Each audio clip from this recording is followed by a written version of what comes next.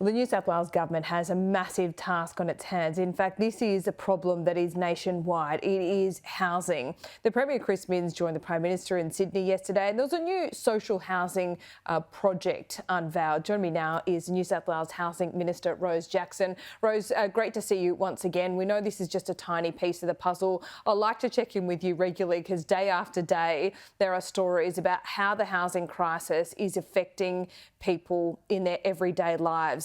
If you earn $80,000, you can barely afford to rent at the moment. So how quickly are you moving things along?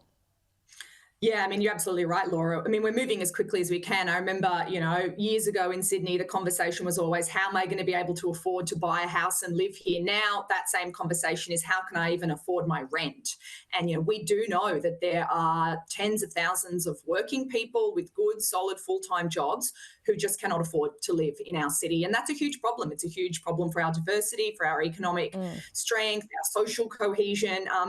We are looking to pull every single lever we can. The big one at the moment is planning reform. And look, I can't, sort of go into too much detail. We are right down in the weeds of the types of reforms that we're going to announce, but there will definitely be more to say about planning reform from the New South Wales government. We know we have to get supply moving, and planning is a key part of that. How big of a task is it even within your own party, this NIMBY attitude?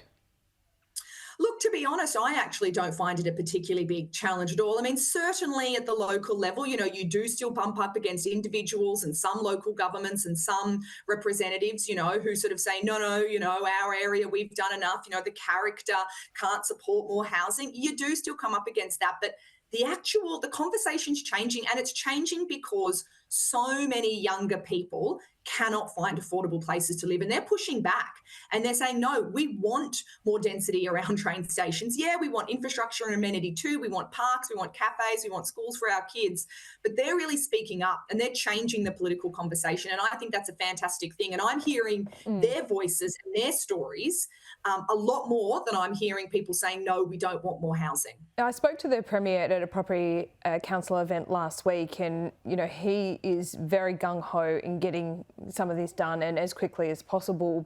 And this is a little bit outside of your remit, but it does cross over. That is just the red tape when it comes to buildings and getting occupational certificates and all this process that takes so long for people to actually be able to live in these new homes. Are you sorting that out?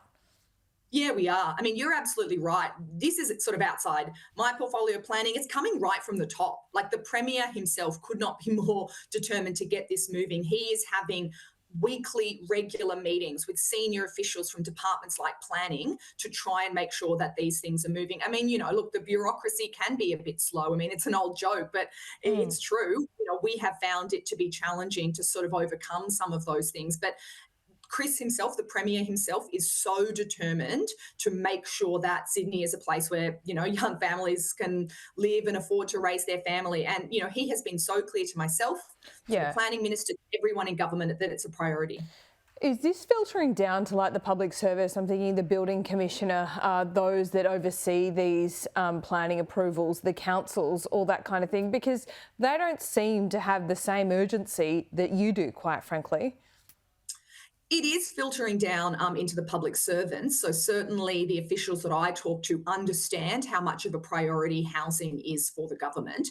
I mean, I have to say, you are right. There are still people, particularly at the local government level, who are being, really difficult. I have an example of a redevelopment that the previous government initiated in Talopia, in Parramatta, well located. And we are, really down in the weeds with Parramatta Council trying to figure out a voluntary planning agreement on a library and a community centre. It's holding up thousands of new dwellings coming online in a good part of Sydney. That's ridiculous, Rose. Like, at what point does your government pull that nuclear option and take it out of the hands of councils? If you can't sort this out in a reasonable time frame, why can't you make the decision?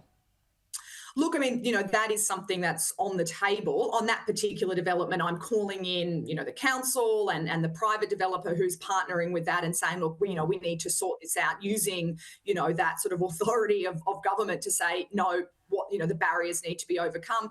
But Laura, you are right to say it's time to get a move on. And if we do keep coming up against, barriers to the delivery of housing, then we're going to need to change the planning system. That is a Yeah. very fair comment, and it is absolutely something that we are looking at. You're tapped in with Millennials, I know that. I mean, what do you say to them this morning? Hopefully they're watching and regular viewers of AIM Agenda. But I mean, if you earn 100 grand a year, you can't even really afford to buy a one-bedder at the moment. And that is a pretty damn good wage.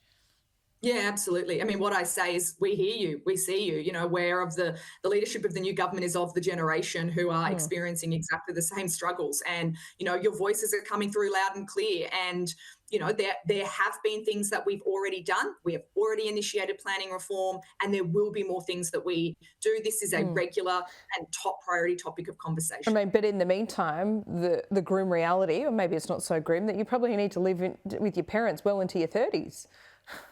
Oh, yeah, absolutely. And that's the experience that my brother has, and, so many people have.